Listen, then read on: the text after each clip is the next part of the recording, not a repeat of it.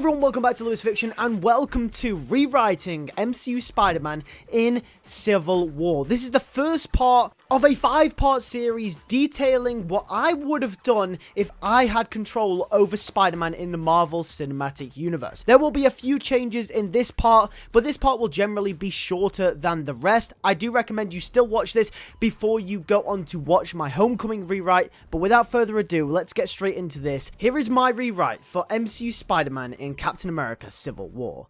So I'm going to be taking Spider-Man in a slightly different direction in Captain America Civil War. Now, I must say there's nothing wrong with Spider-Man in the original version of the movie. However, some of the changes that I want to make in Homecoming subsequently have a knock-on effect for future films, mean that I do have to shift a few things around in this film for things to kind of line up and make sense and also have a bigger impact. So there is a few things that I will change to make this work. First things first, this will be the biggest change of them all, but our introduction to Peter Parker won't actually be Tony Stark going to recruit him to bring him to Berlin. In this version of events, I would actually have Peter Parker show up during the scene where the UN Council building gets blown up by Bucky, killing T'Challa's father, and eventually being chased down by Cap and Black Panther. Obviously, this scene originally takes place in Vienna in the actual film. However, in my version, we're going to move the location of the scene to New York. If you guys aren't aware, there is actually a UN building in New York, so this means that this would be entirely possible. And obviously, that means that when the explosion happens, that Spider-Man will appear on the scene in his homemade suit,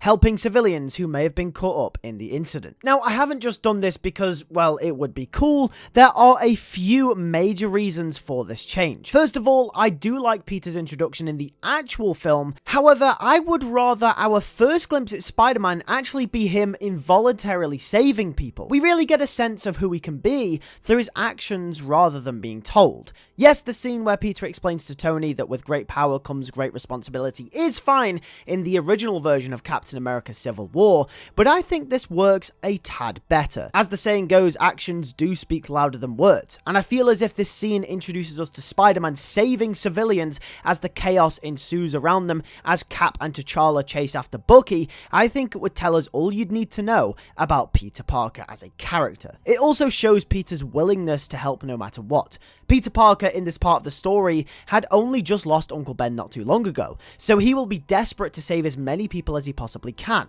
It will also be interesting to note that this situation will be completely alien for Peter and will be completely out of his league. As this point in the story and in Spider-Man's career in general, he's only really dealt with petty theft and minor robberies. But here, that will be nothing on this scale. But despite his fear, Peter's willingness to use his power for the responsibility of saving others and saving lives and saving civilian casualties is a main driving force of the character. Of course, after this scene does eventually occur and is all wrapped up, Tony does catch a glimpse of Spider-Man helping people and decides that he could actually be a good asset to his team. Tony will approach Peter and we will have a scene that sort of plays out relatively the same as the original recruitment scene. Except when Peter does talk about with great power comes great responsibility, those words and his explanation now hold a lot more weight to it than it did in the original film, because we've seen Peter actually go through those actions and we've seen Peter actually do it. And Tony will notice this. However, one minor change I would actually make to this scene is that Peter will be ever so slightly closed off about the reason as to why he has this mindset. But Tony will reveal that after doing some background research into Peter, he found out that his uncle had recently passed. And Tony brings this up, asking, is this a potential motivator? And Peter just stays quiet, and Tony eventually backs off as it's clearly a vulnerable subject for Peter. Besides this, all plays out the same as Tony coerces Peter into joining sides with him, giving him the Stark suit. Peter will accept not only out of naivety to the situation, but will also see him receiving the Stark suit as an opportunity to save more people. If he has the technology that Iron Man uses, maybe he'll be able to help and eventually save more people. This will be an idea that is built up here during these collections of scenes, but will primarily be set up here to be explored further on down the line during Spider-Man Homecoming as a main part of that story. However, I wanted to introduce that here. From here on out, everything plays out very similar,